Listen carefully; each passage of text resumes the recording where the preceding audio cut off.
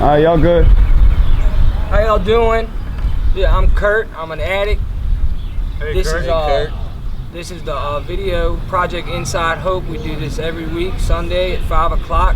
We do it to deliver a message of hope to give to y'all still locked up, because we've been there. We've all been right where you're at. So first we're gonna go around and just introduce each other and just say where you were locked up at and your clean date.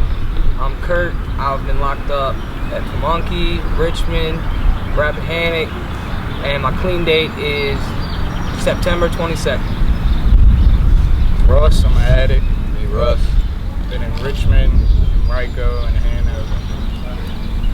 Tony, I'm an addict. Hey, Tony. I'm locked up in Rico, Rappahannock, and Pamunkey. I'm John. My clean date, I'm an addict, by the way. Hey, John. My clean date is January 6th. Yeah.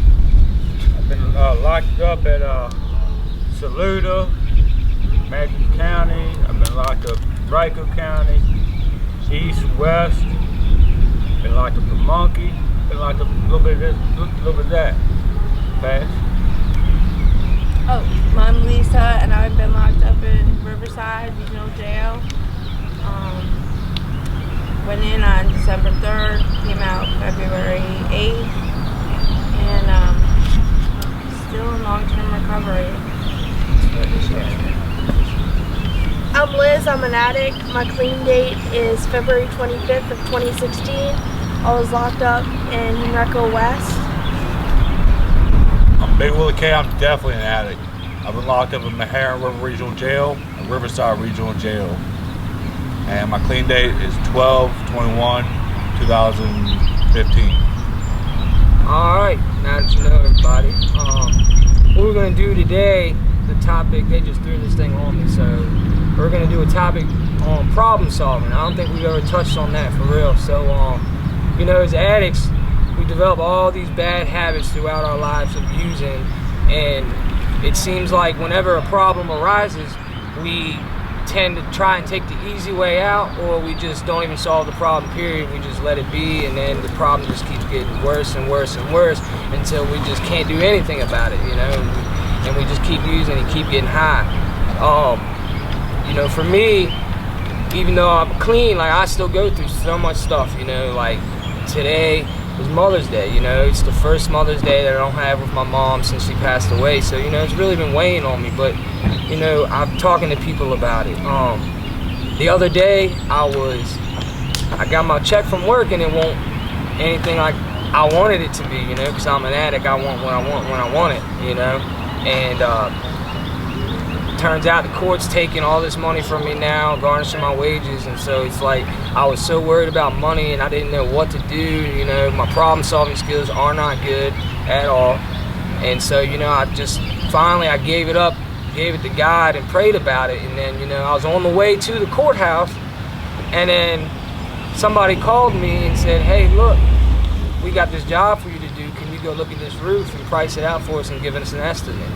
So I was like, all right. So I went and I did it, and it turns out I got the job. You know, they gave it to me, so I get to do it. You know, and it's things like that. When, at least for me, whenever I give it up and just let go and accept the fact that I'm powerless over pretty much everything in my life, you know, that's when things start to really show. You know, and it may not happen that instant or that day or that week, but, you know, if you just hold on and have faith, at least in my life, it has always been proven that things will work out no matter what, you know. So what we're just gonna do is we're gonna start over here to my left, and we're gonna just say whatever, you know, how the problem solving skills have changed from when you're using to now that you're clean. You know what I mean? I'm John. I'm an addict. John. John. Well, when I was using, I didn't give a crap about what anybody said, what my father said, my parents said. I ain't care what nobody said but what I said. What I said goes. Now that I'm not using, I got all these different kind of problems, for real. You know, but I guess the main one is not using, you know, and knowing that I can't use the rest of my life or I won't have nothing, and I might die. You know, that's the problem. And as far as solving problems, I mean, I just take one by one is all you can do, and you don't use no matter what.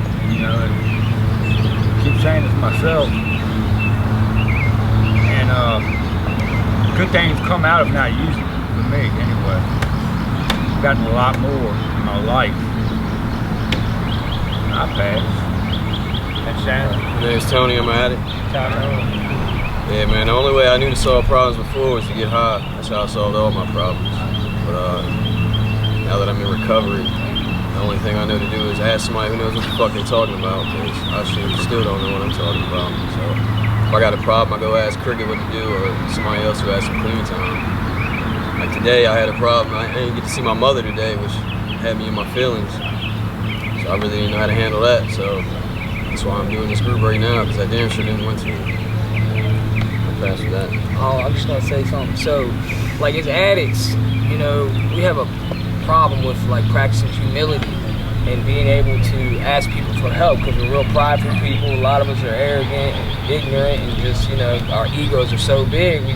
That's something we have a problem with, you know. And the cool thing about this program is, you know, there's always somebody that's been through what you're going through. So if you just humble yourself and ask somebody, hey, look, man, how'd you get through this? You know what I mean? And, you know, that's sometimes what we got to do, is just ask for help, you know. Practice some humility, man, and man, the rewards from it are great. Sure. Russ, I'm an addict. Yeah, Russ. Man, my problem solving skills used to be if I was broke, or, you know, if I wanted to go do something, I didn't have a job or something, I'm gonna go commit crimes and use drugs the whole time in the process, drink, all that shit. But man, like the other day, I just got here not too long ago. I didn't have any money. Started kind of weighing on me. Started scheming on how to get some money, go do what I want to do. And the next day, one of these guys in the program gave me a job. Let me come work with him. You know, man, it works. You come here, ask for help. Just talk to the people. They'll get you lined up with some work. Make some money. Not be running around fucking up, risking penitentiary chances. Oh man, it's good shit. Check it out. Fast with that. Thanks for sharing. What's up, Liz? I'm Liz, I'm an addict. Hey, Liz. My problem solving was, when I was using it, used to be to go steal from Walmart to get stuff to, you know, steal and then sell on like Craigslist and stuff to, like, you know, get money for my drug of choice.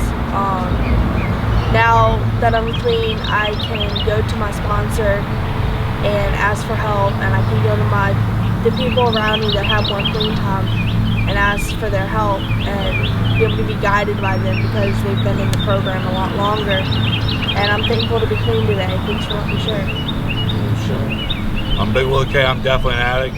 I've been in this video a while since I moved back to Dinwiddie because of my own problems. My problem solving skills when I was using is like everybody else's. I stole a lot, I cheat, you know, just to get my way. My problem choice, you know, to solve everything was putting a glass pipe to my lips and hoping that everything went away. Now that I'm sober, I can't really go with that. Today I choose, you know, if anything comes at me as far as a problem, I choose to either walk away from it or just try to work it out to the best of my ability. You know, it's surprised I've had these gifts given to me that I would never get while I was using. You know, we can all be real, we ended up in the same place doing the same things. I ended up in Riverside, Meharry. You know, since I've been in recovery, I've had multiple court dates, and all the times they weren't some great charges, but I walked out of that courtroom knowing I did the right thing, and knowing that I'm walking free today as a free man. I have no more court dates. I'm still on papers, but you know, one day at a time, one step at a time. I got my license back. I'm happy about that. I'm just doing fucking great. Ride a moped around, yellow. I ride my car around. Life's great. If you get to recover, you can do whatever you want as long as you stay sober one day at a time. And things will come to you the right way. Thanks for the shirt. I got a question for you, Willie. Yeah. You just moved out of a recovery house not too long ago, right? Yeah. You know, and as in a recovery house setting, you know, it's really easy to be able to talk to people and, you know, get your problem-solving skills up to par, you know what I'm saying, to prepare you. How would you say how would you say that helped you now that you moved out back to where you're from? You know, how's it affected your, you know, your problem-solving skills? You know, the structure-wise helped me get more of a daily basis to what I'm going to do every hour on hour. But when I moved out, you know, my problem-solving skills were still in the question. But today I choose to call my sponsor. I call people in recovery. I reach out. Simple things that they told me to do. I keep going to meetings. I stay sober. I don't use no matter what. You know what? My problems are only going to get worse if I use. I mean, I know me. If I smoke something, I'm going directly back where I came from. I left a jail cell to go to treatment, and sitting in that jail cell for the third time in the past year has said toll on me. It made me realize this isn't. They're not joking no more. This shit's real. They don't have to live like that no more. I'm David. I'm an addict. David. See, I didn't have no problem solving skills before I came here. I really still don't. If I just use my network, if I'm angry or I'm upset about something, talk to my recovery coach or my sponsor or both. And any major decisions I make as far as like me starting to drive and get my license back, or I'm probably looking into moving houses here soon, go to a different house. So I just reach out to my network of people that got clean time and ask their opinions and what they think about it. And I just go from there. Really, I try to follow what they say. And hadn't really had too many problems being clean for real, so. But I know if I do, I'll just use those same routes. Ask my recovery coach, my sponsor, just people with some clean time, what they think about the situation. And that's the way I've been doing it. It's been working so good so far. So that's all I got. Sure. And I'm Pete, I'm an addict. So Pete? I'm Pete, I'm an addict. Hey Pete. I had a lot of, you know, like when I was using, every time I would use to escape reality and escape, you know, like the things that I messed up in life, and for a lot of pain and, you know, just procrastinating on life and just kind of living day by day on problems and never fixing them, because I would just use drugs for like a blanket. So, you know, now I'm 2 weeks clean, and I'm living in a recovery house. I got a sponsor. I'm about to do the steps. I call my sponsor every night, and I'm not doing it Pete's way no more, because I surrendered myself, because this program is saving my life, and I'm in the best place I can be right now. That's all I got. I'm Lisa, I'm an addict. Lisa. Problem solving. I was always a good problem solver on the street, but as far as now, legitimately, it's been a real struggle for me. Because I'm adopted, so all my paperwork's from another country, so apparently I can't get ID here. So finding work is hard. Gaining ID is even harder. Going to your PO is even harder because you don't have ID to take the piss test. So you constantly we have to call them up front for them to be able to say, yes, you can take your piss test because we know who you are. I got child support bills that I can't fight because I don't have ID, so I have to pay my child support the amount they have down for me. Just one thing after another, and the only ID I do have is out of the West Coast, so I don't know what's going to happen with that because technically I have to be here, but my PO says I can leave to go back to the West Coast to get it, which takes 2 to 3 weeks. So I'm just all over the place because I was supposed to get goals done and none of them are accomplished according to my PO, and so he's a little annoyed with that.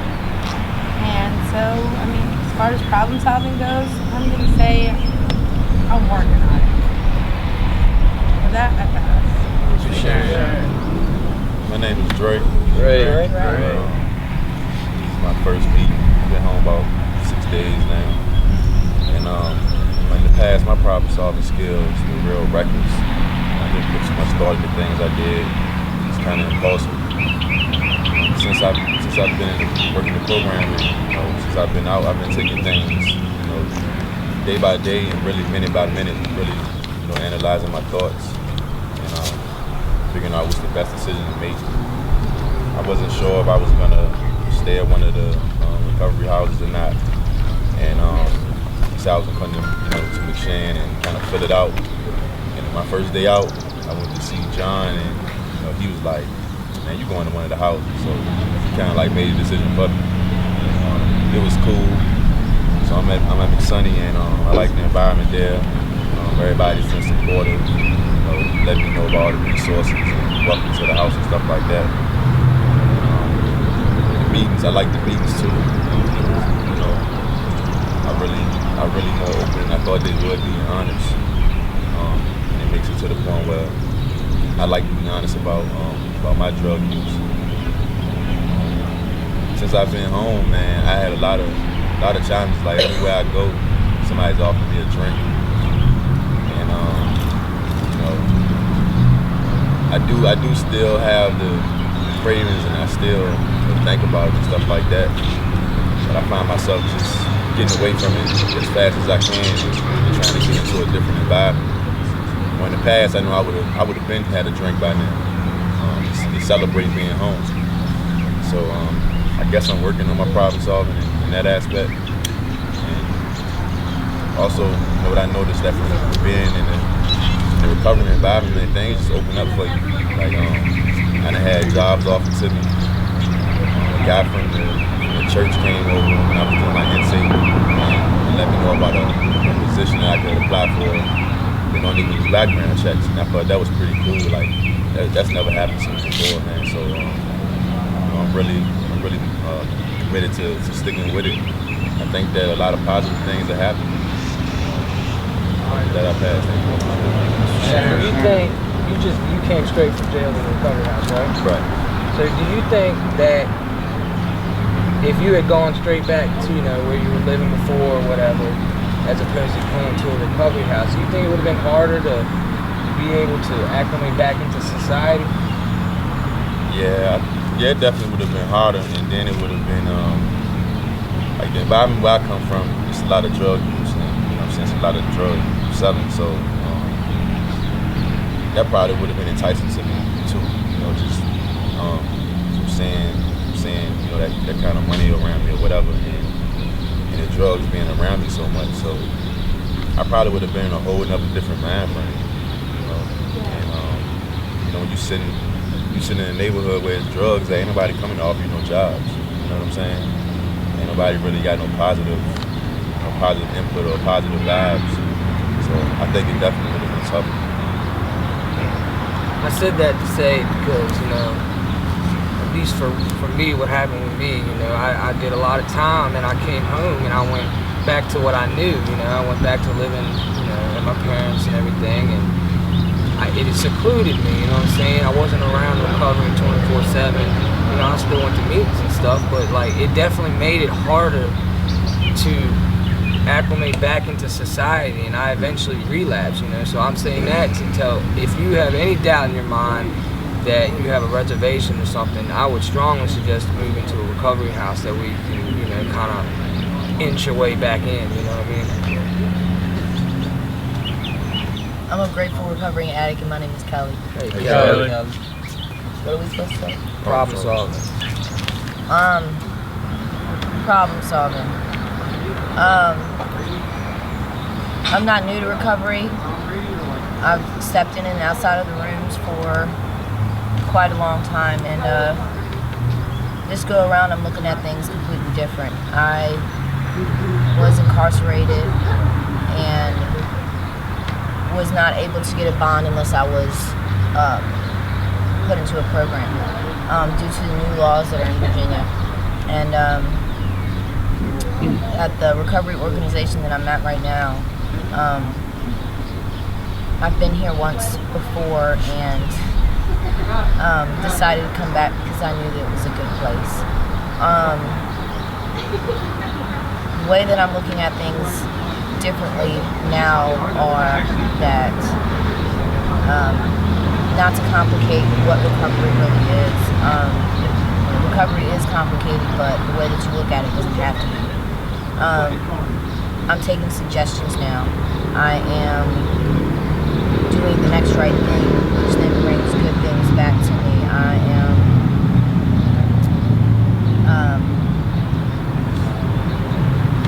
I'm living this the way and doing things the way that I should be doing, and that makes a really big difference. I have accepted the fact that I'm an addict. I've accepted the fact that I cannot use anymore. I cannot drink anymore. And the biggest concept that I have grasped is doing this and worrying about one day at a time. And I think that that's the biggest difference of my problem solving that I've come to grips with. Because, you know, realizing that I can't use for the whole entire rest of my life is so overwhelming to think about. And just worrying about today, just worrying about what's going on right now compared to worrying about next week, next month, next year, years to come, makes it a lot more simple, a lot more easier to understand and not become overwhelmed with it, you know. That's all I got. There's Stone. There's problem solving. Problem solving is a big, big part of life, and it's not just about solving the problem. It's about how you solve the problem. You got negative ways to solve a problem. You got positive ways to solve a problem. Negative ways, the reason we all sitting here right now, because we don't know how to solve problems positively. That's what we here learning how to do. As you can see, you look around, it ain't a lot of original people that you've been seeing, you know what I'm saying? You ain't been seeing doing this because they solving problems a different way. They're not using the skills that they learning to correctly solve their problems. So like, that's a big problem I've been having like all my life. Like when I was in jail for like 3 years, I ain't had no plan, you feel me, how I was going to go about what I was going to do when I got out. And if you fail to plan, you plan to fail. So I got out and did the same shit I was doing before I went in, just not as, I won't as dangerous with it. I thought I was smarter with it, I mean I was, but I still got caught eventually. Because you can't, there's not a lot you can do to cover up your tracks when you really don't care for real. Like, you doing positive stuff, people gonna look at you differently. You doing negative stuff, they gonna look at you differently. But it's the way they perceive you, you know what I'm saying? Like, say I'm riding around in a motherfucking Caprice or something with some 24s on that bitch. Police gonna look at me automatically think I'm a drug dealer, you feel me? So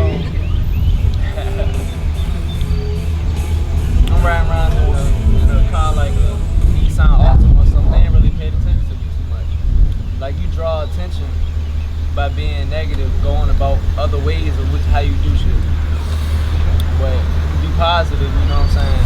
They ain't really looking at you. They can pull up on you or whatever, but you gonna be legit with it. You gonna have your license or something. You can show them that. They ain't gonna be able to search your car because everything legit.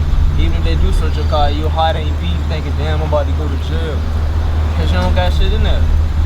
So, I mean, that's just the way I look at it. Thanks for letting me share. Thank you for sharing. You know what I get from a lot of these, and pretty much in everybody's story, you come up, see a camera, and just blares music. You know? That's what we call seeking for attention right there. See, look, he ain't solving the problem. He's not. I'm trying not to solve that problem negative. I'm going. So, you know, out of everybody sharing, you know, I hear a lot of people saying, all right, I ask other people, you know, to help me with my problems. Because that's what we do, you know, as addicts, we're not used to doing that. But when you come to these rooms, you have a chance to start a new life. And believe me, like, your life will get better. Like, shit's gonna still suck. Trust me, like, it really is. But I promise you, you keep putting one foot in front of the other, it will get exponentially better. Especially if you're living on the street and shit and not having nothing. Like, things are way better for me today, you know. And I'm facing a long time in prison this time, you know, as a result of my relapse. And, you know, I'm still clean because I know for a fact that if I go out and use, I'm gonna lose everything, you know. And I'm not willing to do that. So if I get locked up, I'll probably get locked up clean, you know, and that's gonna be another experience.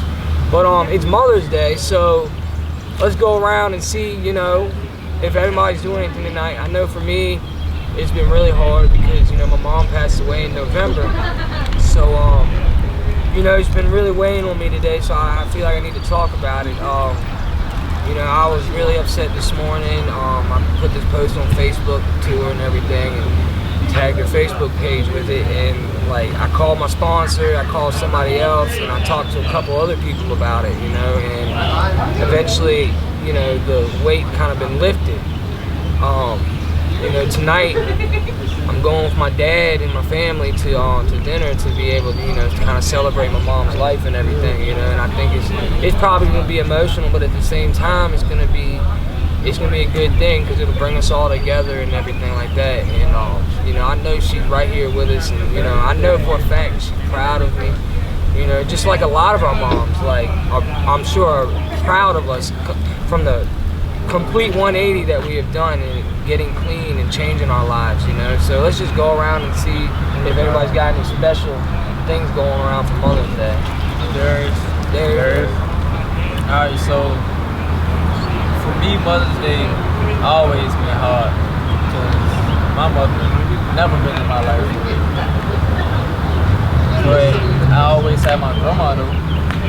So she the one that I think about times like this. You know what I'm saying? She been there for me through everything more than any female.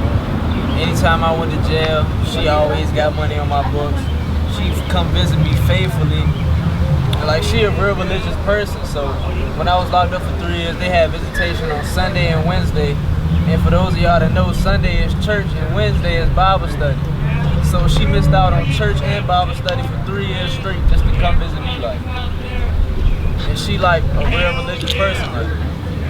She did everything for me, like. I can name anything, like it's just, the list is long. But my mom, she in active addiction, you know what I'm saying? That's why I kind of resented this place when I first got here, because I'm like, I was like hating people for real. Like, how can y'all do this to y'all family? Like, cause I done seen it firsthand, you feel me? At the same time, I was selling that shit to people, so who am I to say how can they use it when I'm giving it to them, you feel me? So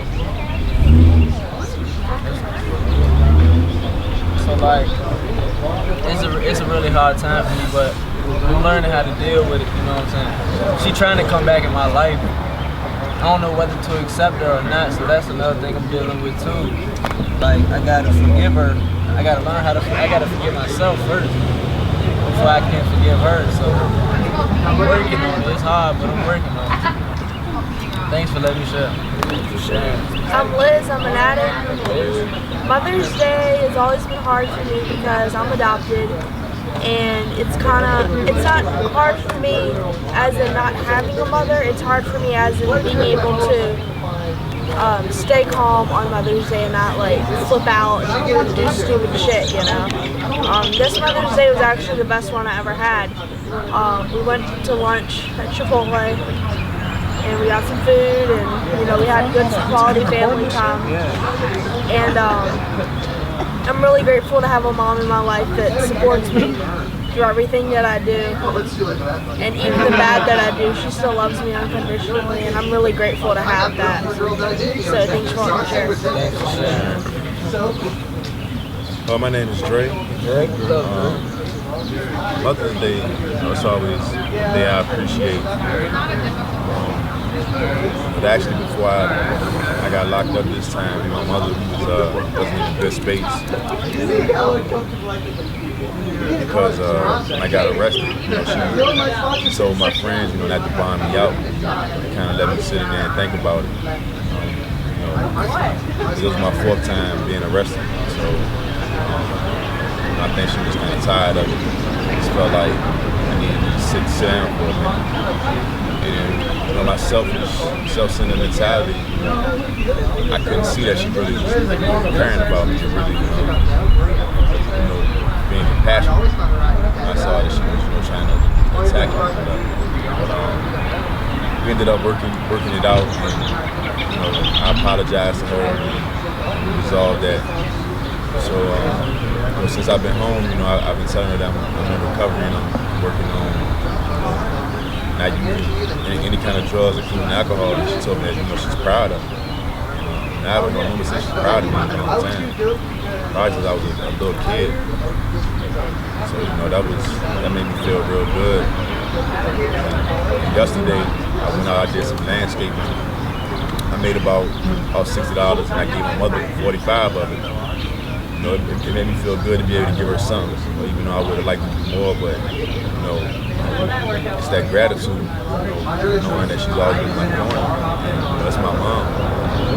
A lot of guys, from stories I've been hearing, don't have their mom either passed away or haven't been in their lives, so it just made me appreciate my mother that much more. When I leave here, I got to go cut her grass for her, so that's something else. I'm looking forward to show my appreciation for Mother's Day that I've had.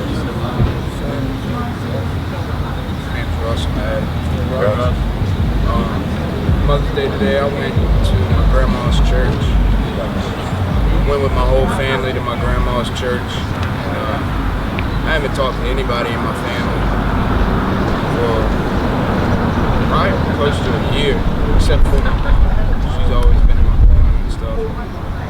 And today, my grandma sat down and told the whole family that she's proud of me and that they all need to accept that I was fucking up, and that I'm trying to do the right thing now. It really felt good to just hear her, somebody who's been there my whole life that hasn't been there recently because of the way I was acting. Just forgive me, be proud of me, for me to be a part of the family again.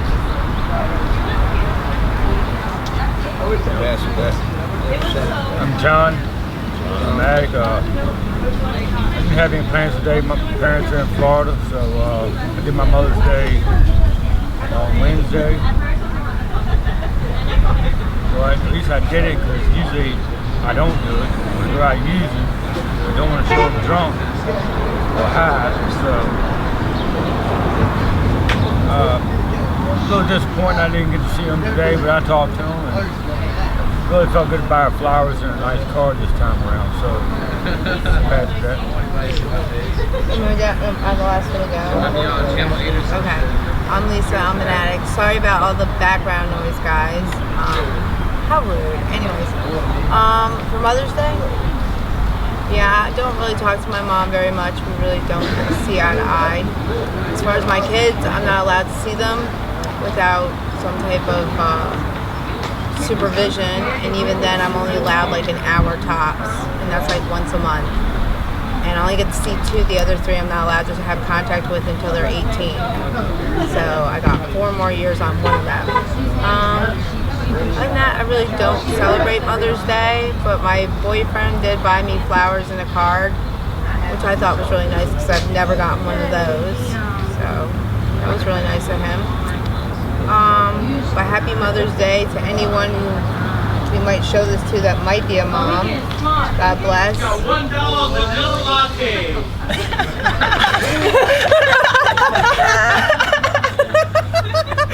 Hey. Y'all want a vanilla latte? Whipped up promotion. Talk about problem solving. We didn't even. Should have thought about this one. Hey, Chris. Don't do it outside no more. Yeah, end of story. End of story. Too many people go in and out, freaking background noise. Train of thought gone. Hey, look, there's so many people that come up here. You know, usually I didn't even think about it. I was asked if we should do it inside or outside. To be honest with you, I totally forgot the fact that, all right, well, since we've changed the meeting from 6 o'clock to 5 o'clock, that all the people that are coming to the 6 o'clock meeting are going to be up here talking and everything. So that was very bad problem solving skills on my part.